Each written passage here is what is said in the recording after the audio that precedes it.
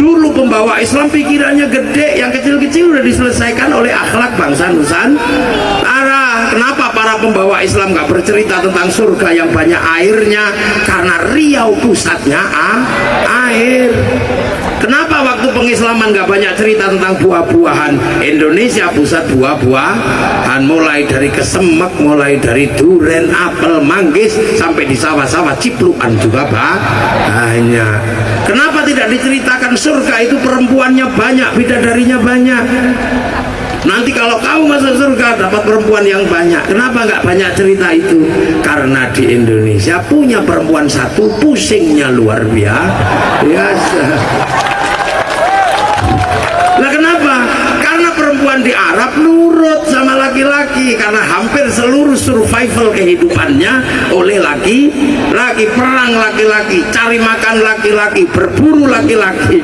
Tapi di sini hampir semua pekerjaan malah perempuan, ngurus bebek perempuan, metik kopi perempuan, ngeringin ikan perempuan. Jadi perempuan di sini mandiri dan independen, ditinggal laki-laki tetap hidup karena pekerjaan bisa diselesaikan sama perempuan. Makanya perempuan di sini galak.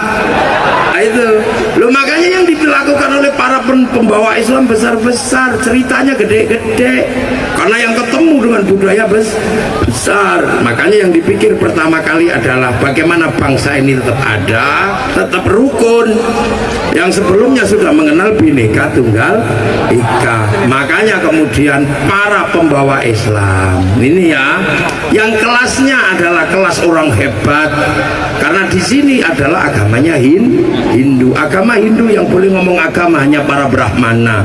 Kesatria raja nggak boleh ngomong agama. Wisya pegawai nggak boleh ngomong agama. Petani pedagang sekaya apapun dia sudra nggak boleh ngomong agama. Makanya kalau ada cerita Islam disebarkan oleh saudagar itu bohong, karena saudagar itu sudra dan orang Hindu tidak menerima sudra sebagai yang ngomong agama.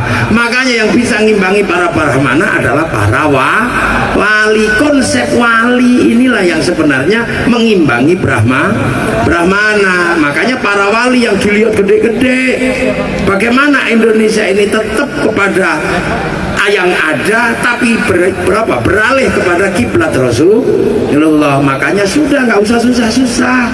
Akhirnya orang Indonesia semuanya dipasrahkan kepada Rasulullah. Rasulullah memandang hidup dalam sebuah konsep besar namanya kullukum ra'in wa kullukum mas'ulun an ra'iyati.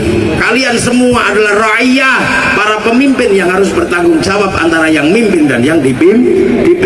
Maka oleh para wali dari Sabang sampai Merauke titipkan pada konsep ra'iyah. Hiduplah tetap berbeda-beda agama, suku, bangsa, tapi hidup saling bertanggung jawab. Rasulullah punya konsep ra'iyah, maka ra'iyah diterapkan di Indonesia. Hidup dalam perbedaan dalam konsep ra'iyah diserap ke bahasa kita menjadi rakyat.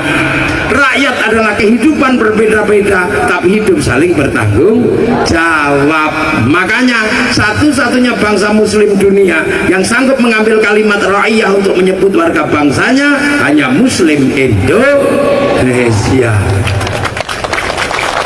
Nah, ra'iyah kalau ngumpul namanya musyarakah, lahirlah konsep masyarakat. Kalau berbeda faham wasyawirhum fil amri, lahir konsep musyawarah. Karena yang menata dulu adalah para wali, maka teritorinya ra'iyah disebut wilayah. Wilayah itulah yang sekarang berubah menjadi Negara Kesatuan Republik Indonesia.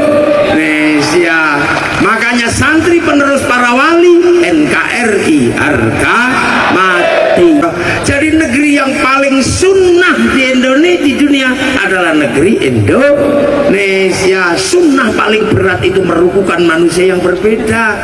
Kalau sunnah jenggot gampang, tinggal gak usah dicukur panjang. Kalau sunnah cingkrang tinggal dipotong cingkrang, apalagi sunnah nikah lagi paling mudah.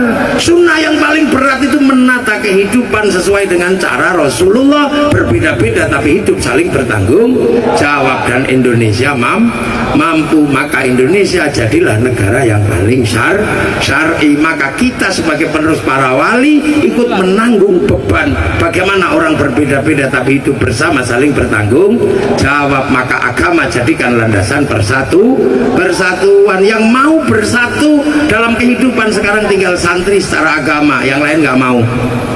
Doa yang lain sendiri-sendiri, cuman gitu. Yang masih mau doa bersama siapa? Santri. Yang lainnya amin, amin. Kiainya yang berdoa amin, amin, amin.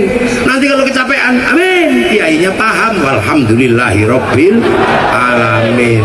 Setelah itu semua pengen berdoa, kumpul di alun-alun Riau berzikir, Riau istighosah. Seluruh rakyat terlibat, yang jualan bakso datang, yang jualan tahu datang, yang jualan apapun, kerukunan terjaga, roda ekonomi berputar. Siapa yang masih seperti itu? Hanya santri.